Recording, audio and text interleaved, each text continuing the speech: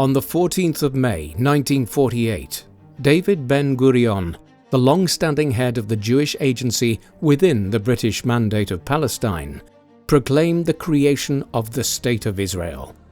Ben-Gurion had been a supporter of the 1947 United Nations plan for the partition of the Mandate into two distinct Jewish and Muslim states. But after the plan faced strong opposition, the Jewish agency decided to act independently in 1948. Ben-Gurion would lead Israel for most of the next 15 years. Who was he, and where had he come from? And how did he end up as the leader of the Jewish community in 1948? This is the story of David Ben-Gurion, the father of modern Israel.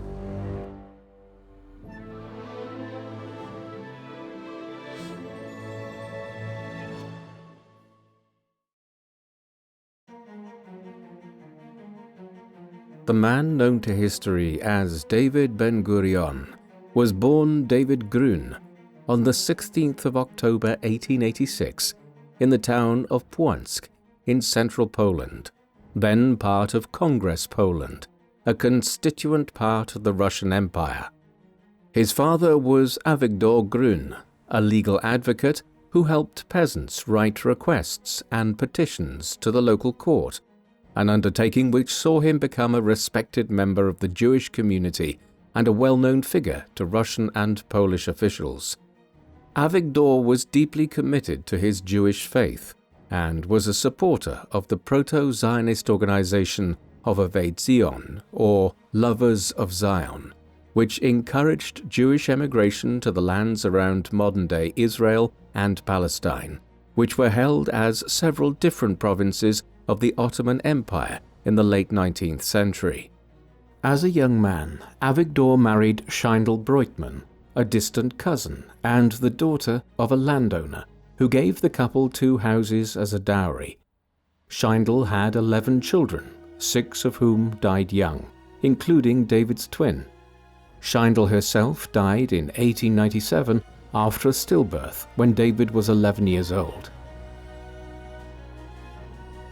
The Jews of Płońsk accounted for more than half of the town's population of 8,000 people in the late 19th century. The partitions of Poland a century earlier, between the mid-1770s and the mid-1790s, saw millions of Polish and Lithuanian Jewish people become Russian subjects, most of whom were prevented from moving eastwards beyond a region known as the Pale of Settlement on the empire's western frontier, stretching from Lithuania and Latvia in the north to Ukraine in the south. While most of the Jews in Płońsk were poor artisans, the town was known as a center for religious learning. Despite their undistinguished lineage, the Gruns were part of the small group of middle-class intellectuals who discussed religious and political issues. During the late 19th century, when Jewish communities in Eastern Europe were increasingly targeted by pogroms, Jewish opinion was divided between several political movements. Some Jewish leaders sought greater cultural autonomy within the Pale. Others hoped to improve life for Jewish communities by supporting socialist movements. More still joined the contemporary exodus of millions of Europeans to the Americas, while a small group of intellectuals supported schemes to leave Europe and establish a Jewish state in the Levant, at a time when the Ottoman Empire was crumbling and it seemed plausible that new countries might be fashioned out of its territory. The goal was to bring together the myriad Jewish people who had been scattered around Europe, North Africa, and the Middle East as a result of the Jewish diaspora and persecution by groups like the Romans in ancient times, and create a new Israel. The struggle to create this state would form the backdrop of David Ben-Gurion's entire life. David Grün was a small, sickly child and received particular care and attention from his mother. The young boy was intelligent and introverted, and Scheindl's death in 1897 had a traumatic impact on his childhood. It caused him to withdraw further into his books. He recalled learning to speak Hebrew at the knee of his grandfather Zvi Aryeh Grün, an unusual ability since while written Hebrew was a popular literary language, most European Jews only spoke Yiddish. He began his formal education at the age of 5 before attending a Jewish religious school a couple of years later. While he had no interest in becoming a religious scholar, David was increasingly involved in his father's Hovevei Zion movement during his teens. After returning home from school, David spent many evenings listening to his father talking about the history of the Jewish people. Despite his academic potential, David's options for higher education were limited owing to financial and political constraints. In November 1901, Avigdor wrote to Dr. Theodor Herzl, the founder of the World Zionist Organization, requesting financial assistance for his son to study in Vienna. The letter went unanswered. David only became aware of its contents half a century later. Meanwhile, he remained in Płońsk, where he learned Russian, helped to write requests for his father's clients, and founded Ezra, an organization of Jewish students which he led alongside his friends Shmuel Fuchs and Shlomo Tzemach. In addition to leading biblical studies, the group promoted spoken Hebrew and sought to teach the language to local children. In April 1903, the Jewish world was rocked by the Kishinev pogrom, in which around 50 Jews were killed and hundreds more injured in what is now the capital of Moldova. The anti-Semitic attacks in Eastern Europe prompted Herzl to propose the Uganda Plan, which envisaged East Africa as a temporary refuge for Europe's Jewish people while the Ottomans still ruled over the Levant. The scheme split the Zionist movement. David and many of his friends considered it a betrayal. In August 1903, when David was 17, himself, Fuchs, and Tzemach began making plans to emigrate. However, David only intended to leave once he had obtained an engineering degree at the Warsaw Mechanical Technical School. Despite such ambitions, he remained in his hometown for another year, a delay that was possibly caused by his unwillingness to leave behind a girl he had fallen for.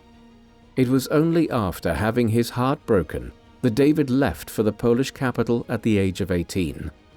The young man studied Russian, physics, and mathematics for the entrance exams, but was prevented from taking them after the technical school restricted admission to high school graduates. Life in Warsaw proved lonely. David was also shattered by news of Theodor Herzl's death in July 1904 at the age of 44. As David despaired for his future, Shlomo Tzemach left Płońsk for the Levant in December as part of a wave of immigration known as the Second Aliyah. His example inspired fellow young Zionists, including David, to follow suit. In 1905, while David was making his own preparations to emigrate to Palestine, the revolution of 1905 left the Russian Empire on the brink of collapse. While most Eastern European Jews rallied to the Bund, the Jewish Socialist Party, David began taking to the stage in Płońsk and Warsaw, giving speeches promoting Zionism in opposition to the anti-Zionist Bund. By mid-1905, he was an active member of Poalei Zion, or Workers of Zion, founded by the Jewish Marxist thinker Ber Borochov. His political activism saw him arrested on 2 occasions, but he was released after his friends and family bribed local officials. In the summer of 1906, Shlomo Tzemach returned to Płońsk, hoping to persuade Shmuel Fuchs' sister to return with him to the Holy Land. Although she refused, David was a member of the group that did join Shlomo on his return trip. The party also included Rachel Nelkin, David's childhood friend, who had grown up to become an attractive woman. The pair developed a mutual affection for each other and went to Palestine along with Rachel's mother.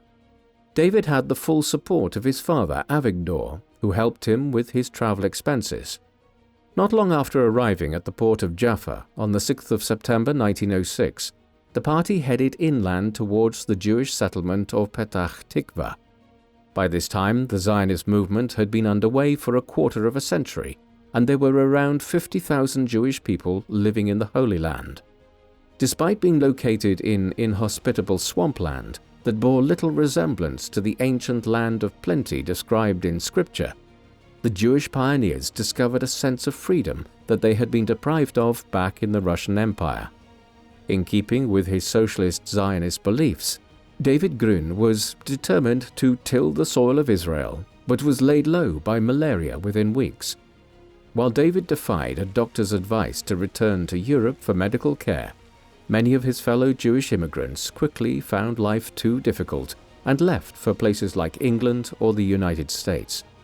The exodus simply strengthened the will of the pioneers who remained behind. When Rachel Nelkin found the work hard and exhausting, David criticized her lack of work ethic. Feeling neglected, she left him for the sensitive Yehezkel Bet Halachmi, whom she later married. The Jewish settlers were divided between two parties, Poalei Zion and Hapoel Hatzair. While Grün saw little to distinguish the two groups and urged their unification, they were bitter rivals with major ideological differences, with the former following Marxist doctrine and the latter opposing it. Within a month of his arrival, David Grün attended Poalei Zion's first conference and was elected to the Central Committee. He was also involved in the drafting of a party program that echoed the language of the Communist Manifesto, with only minor amendments to fit the Zionist context. Broadly speaking, these Marxist doctrines were completely unsuited to the region, as there was little industry here, or indeed anywhere in the Ottoman Empire at the time. Agriculture was the primary economic activity across the Levant. Meanwhile, Grün's prominence in the Poalei Zion organization weakened with the arrival of party co-founder Yitzhak Ben-Zvi in 1907. David's frustrated political ambitions, coupled with his separation from Rachel Nelkin, led him to move to Galilee in October 1907, where he found work at the Sde, a Jewish moshava, or agricultural colony.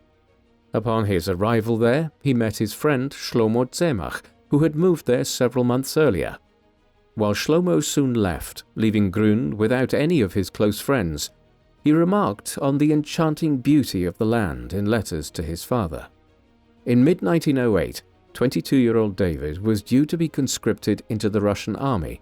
Since refusal to report for service would entail a heavy fine for his father, the young man returned briefly to Płońsk in Poland, before slipping away from camp and returning to the Levant.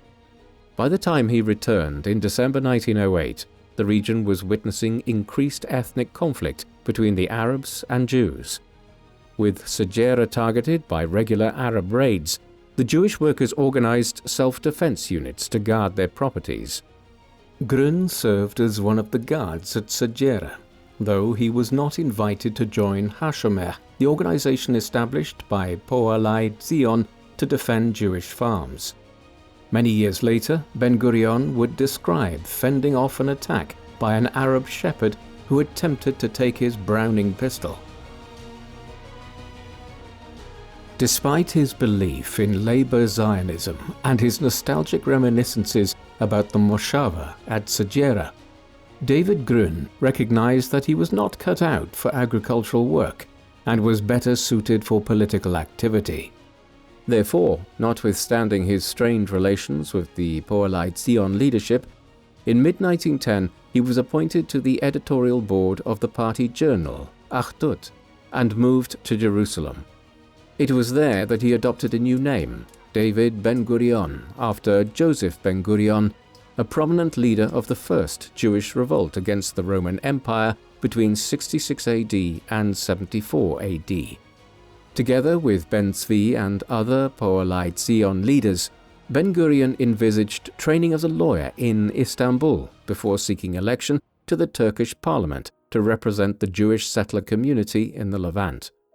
After receiving financial assistance from his father, Ben-Gurion traveled in November 1911 to study Turkish in Salonika, a great historic center of Muslim and Jewish coexistence in the Mediterranean in early modern times.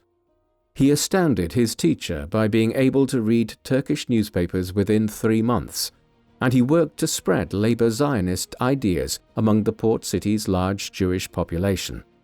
He obtained Turkish citizenship and began his studies in October 1912, just as the First Balkan War broke out between the Ottoman Empire and a coalition of Christian Balkan states.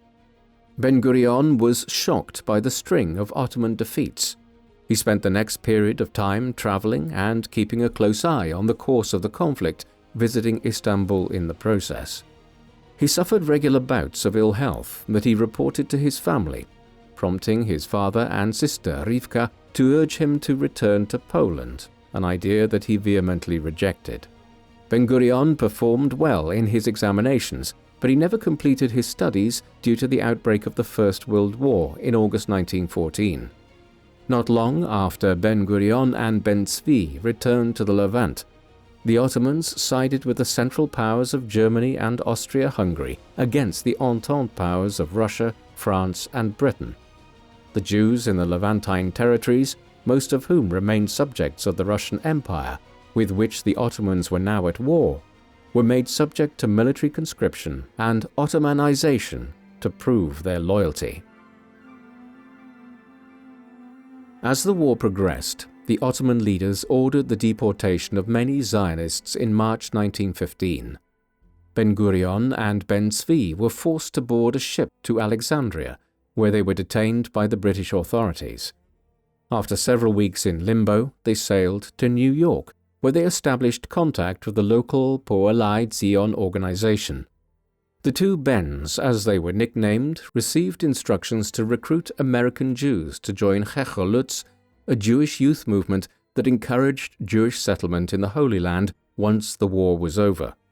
Since most American Jews were not Zionists and had settled in the New World to improve their economic prospects, Ben-Gurion and Ben-Zvi only managed to persuade a few dozen people to join the cause. Ben-Gurion's efforts to organize an American Jewish Congress to reach out beyond the Jewish working class were opposed by the established Jewish organizations. David was more successful in organizing the publication of an expanded edition of the Yizkor book, a collection of tales about the pioneers of the Second Aliyah. The success of the book brought Ben-Gurion name recognition in American Jewish circles and encouraged the Poalai Zion leadership to commission the two Bens to write a book entitled The Land of Israel, Past and Present. In the summer of 1916, while Ben-Gurion was working on the book at the New York Public Library, a young woman named Paula Munweis offered to help him copy passages he needed. Their collaboration developed into a romantic relationship, and they were married in December 1917. While Paula was not a Zionist, she agreed to Ben-Gurion's condition that they would move back to the Holy Land when the war was over. 1917 was a significant year not only for Ben-Gurion personally, but for the Zionist cause. The collapse of the Russian Empire in March 1917 was followed shortly by the United States' entry into the First World War on the side of the Entente powers, Britain and France. In the Middle East, British commander Edmund Allenby's forces were moving further north into the Levant from Egypt, prompting the Ottomans to strengthen the crackdown against the Jewish population. These developments encouraged Ben-Zvi and Ben-Gurion to switch their allegiance to the British. Two other world-changing events followed in early November, with the Communist Bolshevik Revolution in Russia, and the British Foreign Secretary Arthur Balfour's declaration that the British government was in favour of establishing a national home for the Jewish people in lands that would be seized from the Ottomans in the southern Levant once the war ended. This followed a determined lobbying campaign by the scientist Chaim Weizmann, who was elected president of the Zionist executive. In April 1918, Ben-Gurion enlisted in the British-organized Jewish Legion to fight the Turks. His decision angered his wife, who had recently discovered that she was pregnant.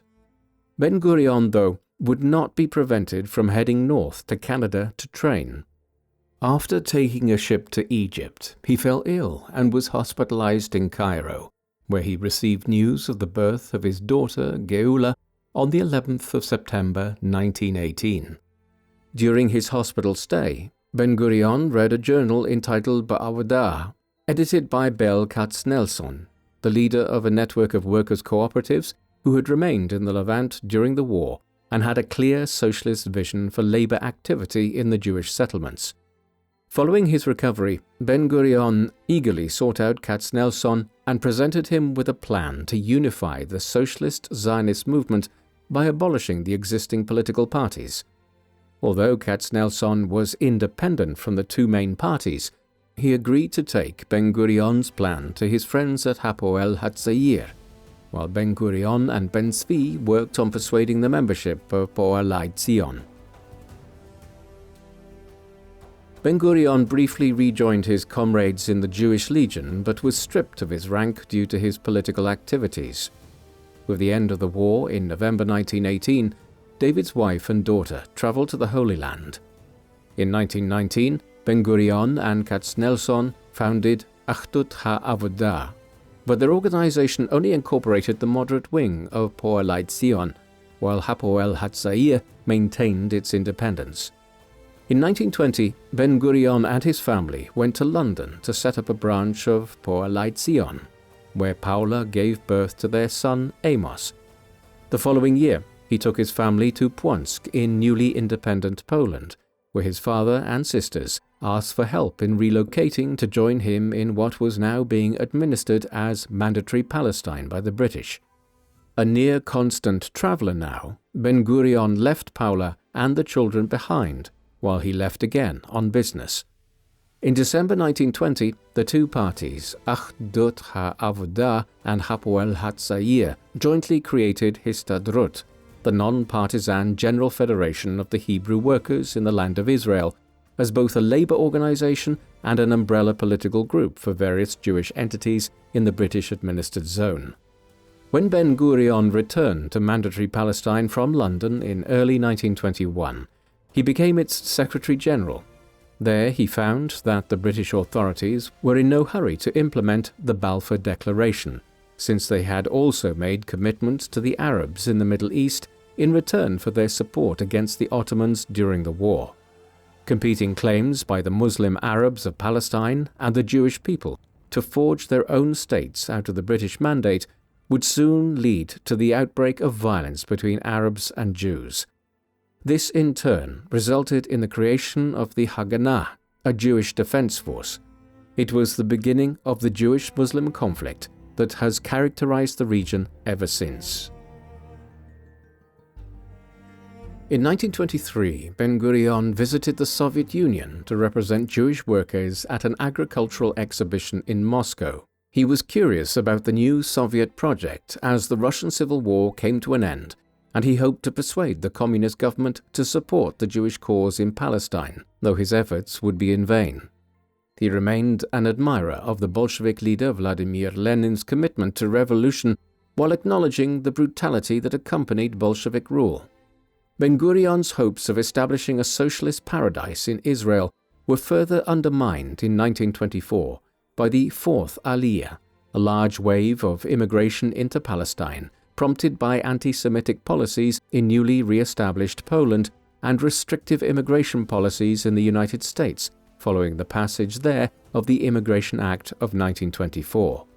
Most of these fresh Jewish immigrants to the Holy Land were city folk from Warsaw, who were unsuited to carving out new agricultural settlements in the Mandate. Their presence contributed to the development of Jewish towns such as Tel Aviv and fueled the rise of conservative political parties, most notably the revisionist movement led by Vladimir Jabotinsky. The agricultural cooperatives had hitherto relied on contributions by supporters to the World Zionist Organization, but this stream of funding was now being diverted to support urban development. In response to these developments, Ben-Gurion wrote articles arguing that the Jewish capitalist class was undermining Zionism by hiring Arabs at a cheaper rate, and that capital alone was not sufficient to achieve Zionist objectives. Ben-Gurion's warnings seemed justified when the Polish government imposed currency controls in 1925, leading to the bankruptcy of many Jewish individuals and businesses in Palestine who were reliant on subsidies from relatives in Europe. During this crisis, Ben-Gurion and Katznelson conceived an ambitious plan to take over the global Zionist movement. The first stage of Ben-Gurion's plan involved the unification of Achdut HaAvodah and Hapoel Hatzair, which was achieved in the summer of 1929 with the creation of Mifleget Poalai Eretz Yisrael, or the Workers' Party of the Land of Israel, better known by its acronym Mapai. In 1931, workers' parties won 29% of the vote at the 17th Zionist Congress to become the dominant faction in the Zionist executive, even as the revisionist opposition succeeded in preventing Chaim Weizmann's re-election as president. In Palestine, Mapai continued to be involved in a bitter struggle with the revisionists in the 1930s, as members of Betah, the revisionist youth wing, arrived to Palestine looking for work, but were often excluded from such opportunities. The power struggle in Jewish Palestine took place in the international context of the Great Depression and the rise of fascism, with the revisionists accusing Mapai of being allied to Stalin, and Mapai portraying the revisionists as supporters of Hitler and Mussolini. Furthermore, Ramsay MacDonald's Labour government issued a white paper retreating from the Balfour Declaration and introducing restrictions on the immigration of Jews into Palestine. Jewish opinion was outraged, though Ben-Gurion's threat to rebel against the British Empire was embarrassing to his Mapai colleagues. The backlash forced the British government to retreat, ensuring that the share of Jews in Palestine continued to increase.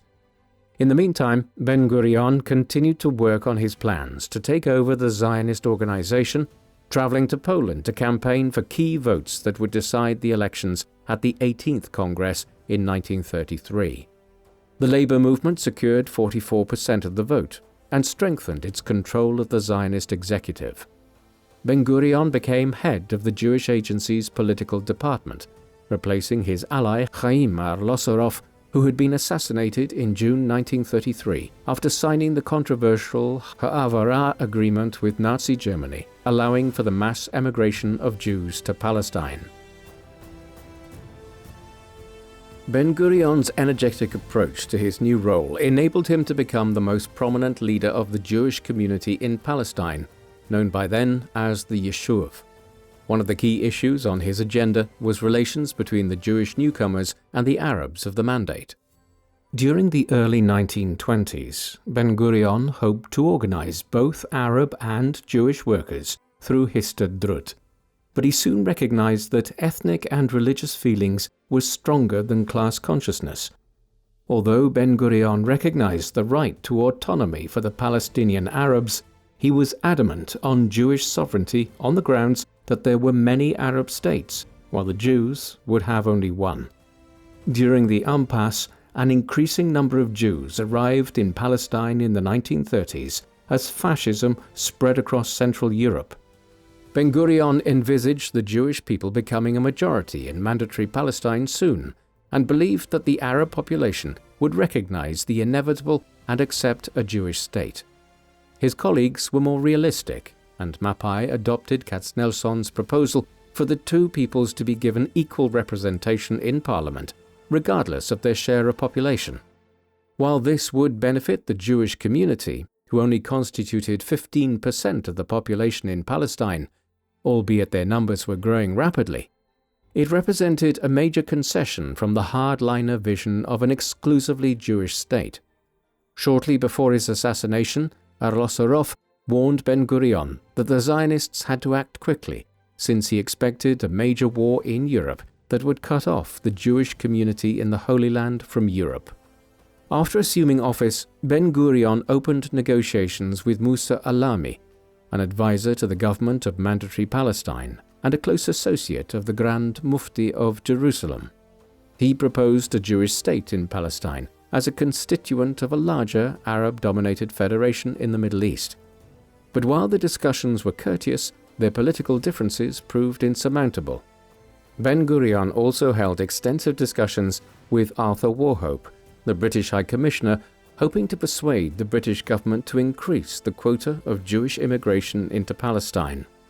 In October 1934, Ben-Gurion met the revisionist leader Vladimir Jabotinsky in London, during which the two rivals were surprised to find that they had many common objectives, enabling a series of agreements on ending the unrest in Palestine. Although the agreement was ratified by Mapai, it was rejected by the membership of Histadrut, of which Ben-Gurion was still Secretary General. Despite the setback, Ben-Gurion remained in post, though Jabotinsky seceded from the Zionist organization out of frustration. As leader of the political department of the Jewish Agency, Ben-Gurion demonstrated that he was capable of compromising on strongly held beliefs. For instance, despite his efforts to promote the Hebrew language, he delivered his address to the 19th Congress of the World Zionist Organization in 1935 in Yiddish.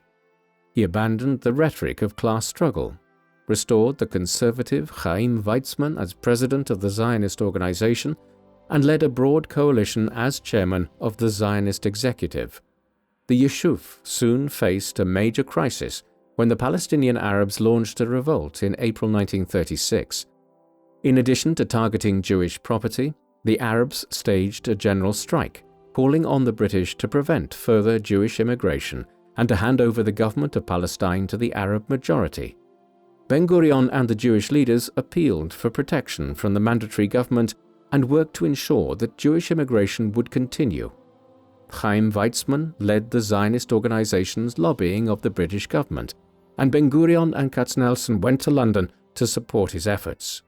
The Arab revolt lasted several months until hostilities ended following the intervention of neighbouring Arab kingdoms, enabling the British to set up a royal commission headed by Lord Peel to investigate the claims of both sides.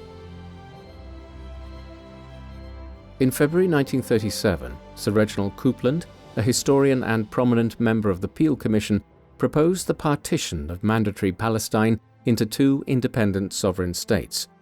Although it would occupy only a small part of Palestine, Ben-Gurion and his fellow Jewish settlers would have their own state, a far superior outcome for them to the prospect of becoming a permanent minority in an Arab-ruled Palestine.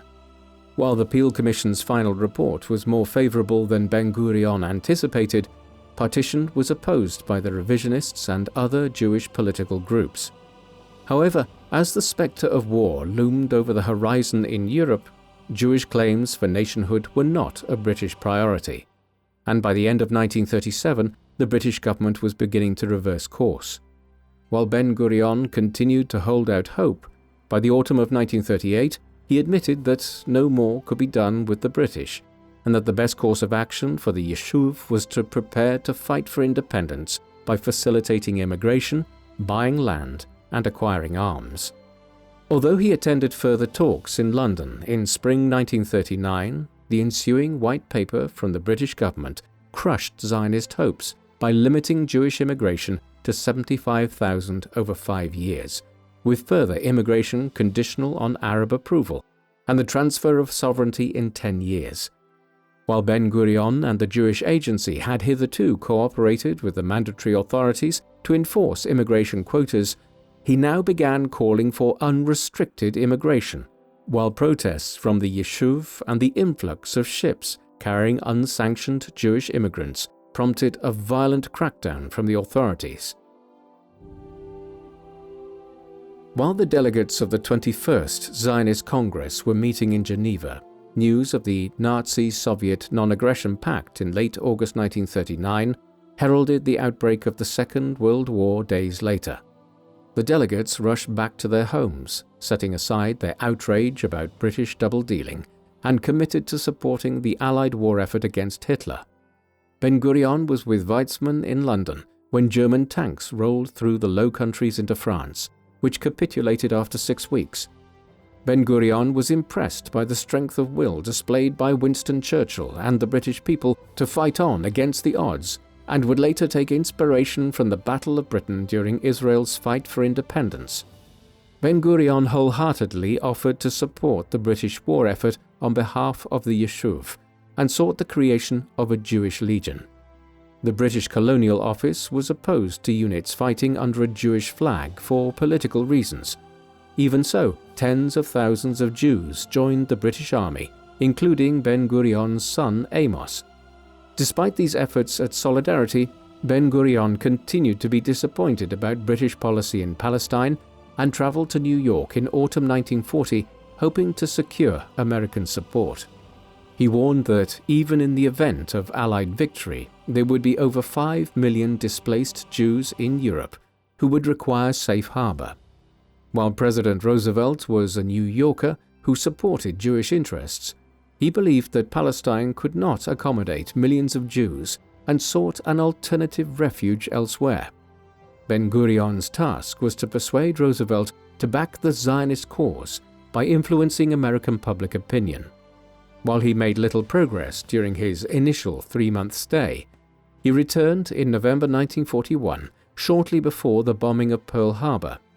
America's entry into the war inspired American Jews to take action, and in May 1942, Ben-Gurion attended a conference at New York's Biltmore Hotel, during which the global Zionist organization adopted the establishment of a Jewish Commonwealth in Palestine as its war objective. Ben-Gurion argued that the first step of the program was the immigration of 2 million Jews to Palestine over the next 3 years. In autumn 1942, Ben-Gurion returned to Palestine, where the Biltmore program was officially adopted by the Zionist executive. While the Yishuv could breathe a sigh of relief after the British stopped the Nazi and Italian advance in Egypt, eliminating the threat of Nazi tanks rolling into Palestine, they were shocked to hear news about the destruction of Jewish communities in Europe, particularly in Poland, where so many of them hailed from originally. Amidst recriminations about the failure to do more to save them, disagreements between Ben-Gurion and Weizmann threatened to break apart the Zionist leadership. Ben-Gurion was frustrated by Weizmann's unwillingness to share leadership of the Zionist movement on the global stage, or to adopt a more cooperative attitude after Ben-Gurion resigned as head of the Jewish Agency executive. Meanwhile, the unexpected death of Berl Katznelson in August 1944 deprived Ben-Gurion of a key ally. Meanwhile, with Allied victory on the horizon, in September 1944, the British Army agreed to establish a Jewish brigade. Ben-Gurion welcomed a report from Winston Churchill's government that recommended partition, but its consideration by the full cabinet was postponed after Lord Moyne, the British resident in Cairo, was assassinated by the Lehi, the right-wing Jewish paramilitary group. In March 1945, Ben-Gurion left Palestine for an extended stay in London, when news of President Roosevelt's death in April left him fearful that his successor, President Harry Truman, would turn his back on his predecessor's commitments. Ben-Gurion was still in Britain during the celebrations that accompanied the defeat of Germany in May 1945. He also witnessed Churchill's unexpected defeat in the general election that summer. While Clement Attlee's Labour Party had promised to support the establishment of a Jewish state in Palestine, Ben-Gurion knew that a promise in opposition was far from a guarantee in government. As Ben-Gurion had feared, despite great international sympathy for the emaciated Jewish survivors of the liberated Nazi concentration camps, the Labour government did not rescind the 1939 White Paper. As a result, Ben-Gurion was now prepared to support armed resistance against the British. This involved joining forces with the Irgun and Lehi, the right-wing paramilitaries that had separated from Haganah. During the war, Ben-Gurion assisted the British authorities in cracking down on the secessionists, but in October 1945, he issued instructions to the Haganah to cooperate with them against the British in the Hebrew resistance movement. Alongside his official role as head of the Jewish Agency, Ben-Gurion led a clandestine war against the British from an operations centre in Paris, sheltered by the pro-Zionist French government. Ben-Gurion made several visits to the camps of Jewish survivors who had been displaced by the war and found them eager to take refuge in Palestine. Ben-Gurion counted on international public opinion being on his side as thousands of desperate Jewish refugees sailed across the Mediterranean only to be intercepted by the Royal Navy and detained in Cyprus. The plight of the Holocaust survivors attracted considerable sympathy in the United States, and President Truman urged the British government to allow 100,000 Jewish refugees into Palestine. Since Britain was dependent on American financial assistance to rebuild after the war, the Attlee government established an Anglo-American committee which echoed the demand for 100,000 immigration certificates. Meanwhile, the actions of the Hebrew resistance movement prompted a major British crackdown on the 29th of June 1946, with raids targeting the Haganah, Jewish Agency, and Histadrut. The following month, the Irgun responded by bombing the King David Hotel in Jerusalem, killing over 90 people. The shocking act of terrorism prompted Weizmann to instruct the Haganah to end its sabotage operations, and the organization directed its efforts solely at protecting illegal immigration into Palestine. While the British continued to deny Zionist demands for a Jewish state by proposing a trusteeship with autonomous Jewish and Arab communities, a Zionist proposal for partition was endorsed by President Truman in October 1946. Ben-Gurion's ambitions for a Jewish state came closer to fruition at the 22nd Zionist Congress in December 1946, held in the Swiss city of Basel. With the support of the large American faction, Ben-Gurion carried the program for full statehood, rejecting British trusteeship. He did not authorize the resumption of sabotage operations against the British, arguing privately that the Yishuv had to be prepared to fight not only with the Palestinian Arabs, but with the neighboring Arab states. Ben-Gurion remained chairman of the Zionist executive and assumed additional responsibility for defense. He had already set up a fund to buy cheap surplus American military equipment, which was smuggled to Palestine, laying the foundations for Israel's defense industry. In February 1947, after struggling to balance Jewish and Arab demands, the British government empowered the United Nations to find a solution to the Palestinian question. In his capacity as defense minister, Ben-Gurion reviewed the fighting capabilities of Haganah and initiated a program to transform a militia trained in guerrilla tactics into a fully fledged army with tanks and aircraft, one capable of fighting a conventional war. Golda Meir, later known as Golda Meir, led a successful fundraising campaign in the US to buy arms.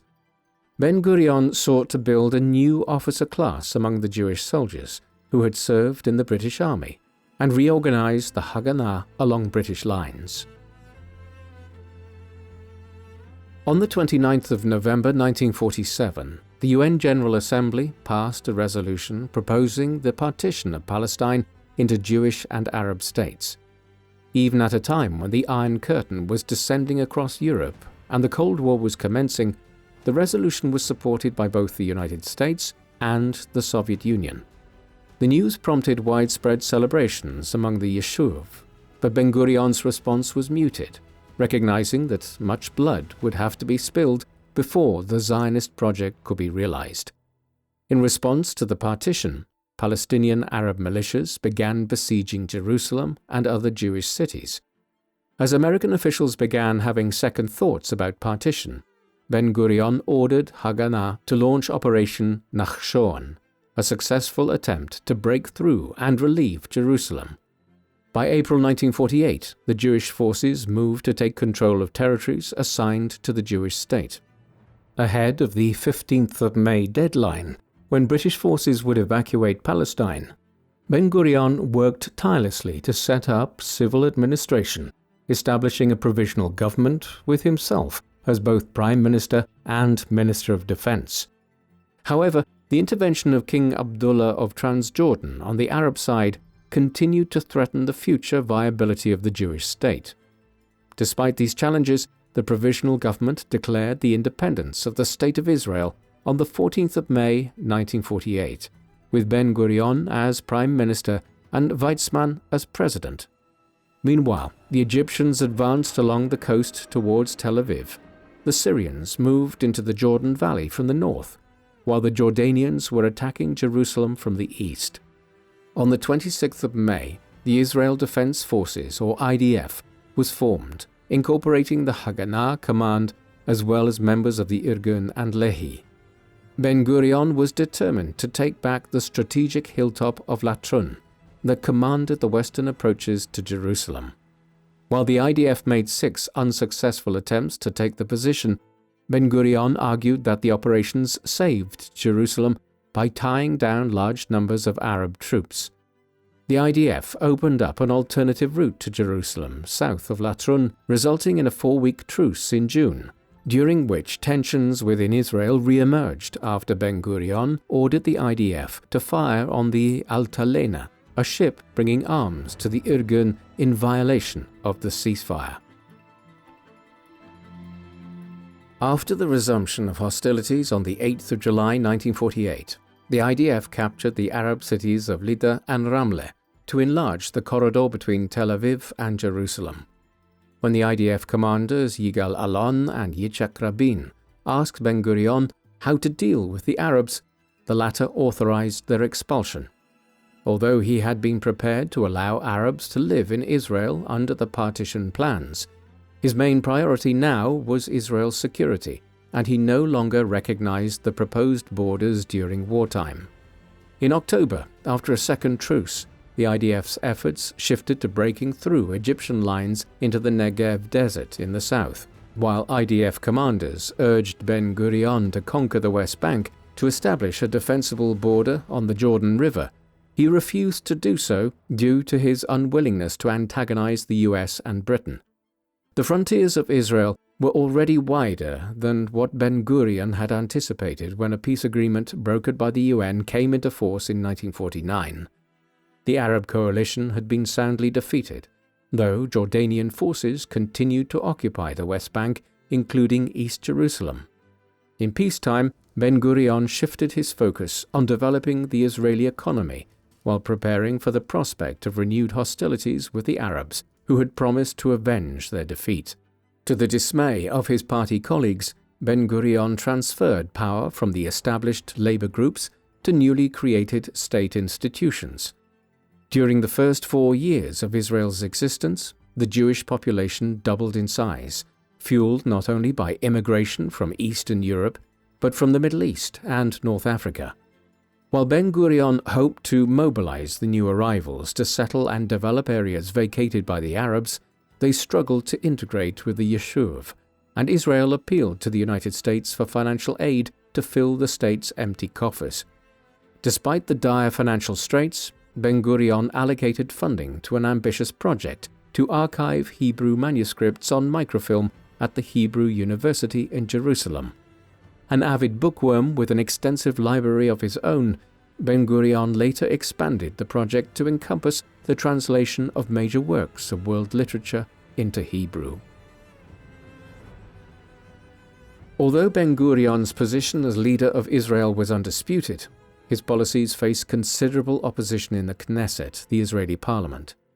He was opposed from the left by Mapam, a left-wing faction which had split from Mapai and which adhered firmly to a pro-Soviet line, while Ben-Gurion courted the United States. He was also opposed by the right-wing revisionist parties. While Ben-Gurion focused on foreign and defense policy and allowed his ministers considerable autonomy on other issues, he was publicly identified with the whole government's successes and failures. Following the inaugural Knesset elections in January 1949, Mapai formed an unsteady coalition with religious conservatives. While Ben-Gurion was a socialist, he maintained a belief in God and recognized the importance of the Jewish religion to the identity of the State of Israel. He respected Jewish religious teachings while promoting gender equality and asserting the state's authority over Jewish law. He granted Arabs in Israel civil and political rights and defied right-wingers by allowing Arabic to be spoken in the Knesset. As Prime Minister, Ben-Gurion maintained his belief in a kind of Leninist central state planning and was often frustrated by opposition from within and without Mapai. Over time, he found balancing the differing political viewpoints in the new country exhausting, and so in December 1953, Ben-Gurion made the shock announcement that he would resign as Prime Minister and settle in the kibbutz of Sde Boker in the Negev desert. It is speculated that by this time he felt that he had successfully guided Israel through the turbulent period that accompanied its birth as a nation, and wished to retire to have a quieter life. His restless energy would soon bring him back to the front lines of politics. By retiring to Sde Boker, Ben-Gurion was also seeking to revive the pioneering spirit and promote the settlement of sparsely populated areas such as the Negev. Although the 67-year-old Ben-Gurion found manual work too laborious, he enjoyed rearing sheep and went on long walks. He remained a member of the Knesset, and despite his instructions to be left alone, he occasionally received Moshe Sharet and Pinchas Lavon, his successors as Prime Minister and Minister of Defense respectively. In mid-1954, Egyptian authorities uncovered a Jewish spy ring run by Israeli agents that ran a false flag operation to sabotage American and British targets to induce them to keep troops in the Suez Canal zone.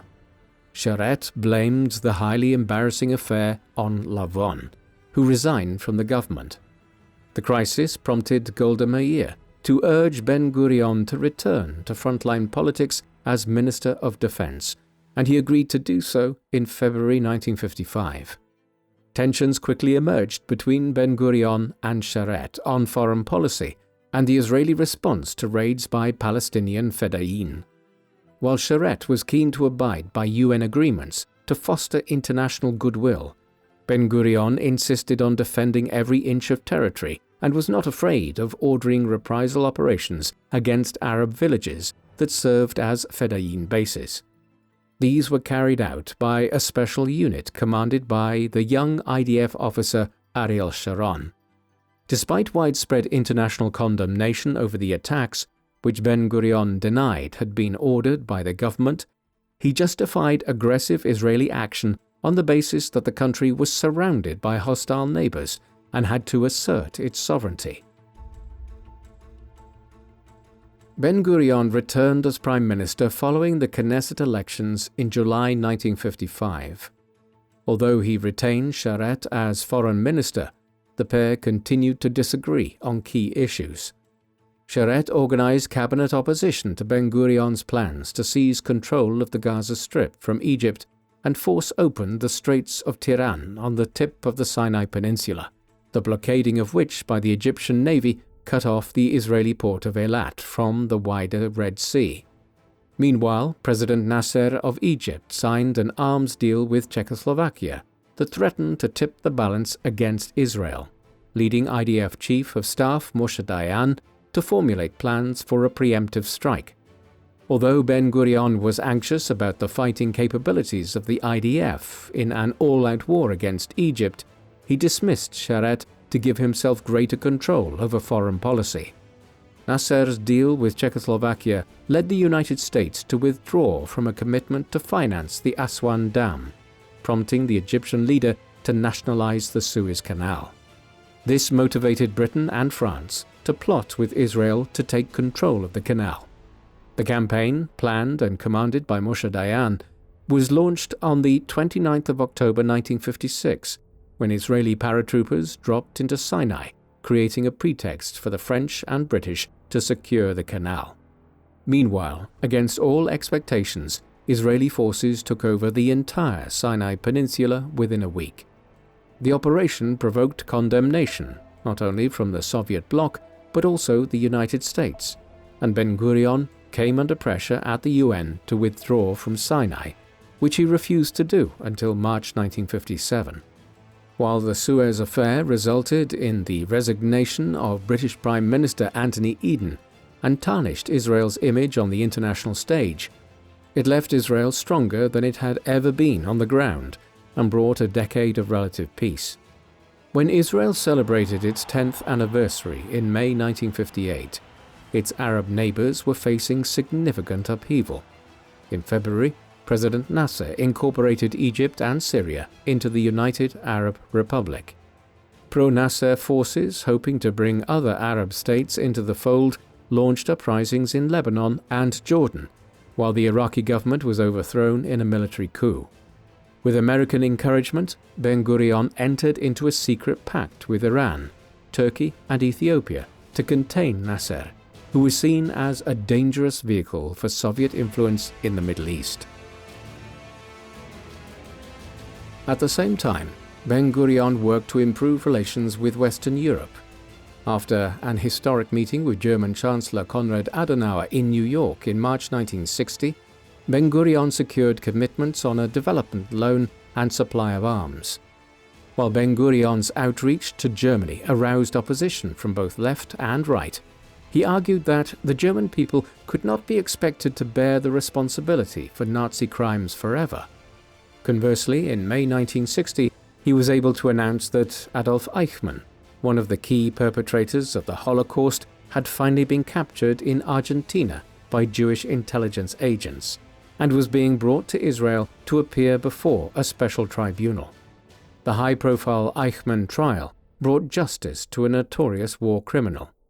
He was executed in 1962. While this further cemented Ben-Gurion's reputation as Israel's founding father, known affectionately as the Old Man, the adulation masked considerable disquiet in Mapai's ranks about Ben-Gurion's lengthy tenure as head of the government. When he attempted to appoint a group of his protégés, including Moshe Dayan and Shimon Peres, to ministerial posts in 1959, his efforts were resisted by senior party elders, including Golda Meir and Pinchas Lavon, whom Ben-Gurion had rehabilitated in 1956 with an appointment as General Secretary of Histadrut. Although Mapai had retained power in the 1959 Knesset elections, the split in the party leadership became public in October 1960. Lavon blamed Dayan and Peres for his departure as defense minister 5 years earlier, and seized on revelations that military intelligence had falsified its testimony to the official inquiry into the matter in order to pin the blame on Lavon. When Ben-Gurion refused Lavon's request to make a statement declaring his innocence on the grounds that such a determination could only be made by a judicial process, the latter appeared before the Knesset's Foreign Affairs and Defense Committee, claiming that he had been scapegoated by Dayan and Peres, acting on Ben-Gurion's instructions. Lavon's statements unleashed widespread criticism of Ben-Gurion in the press and across the political spectrum. In December 1960, while the Lavon affair continued to make headlines in Israel, the US government learned of a secret Israeli nuclear development program. Owing to Israel's vulnerable position surrounded by hostile states, Ben-Gurion believed it was essential for Israel to develop nuclear capabilities to protect itself, securing French assistance to build a nuclear facility at Dimona in the Negev desert in 1956.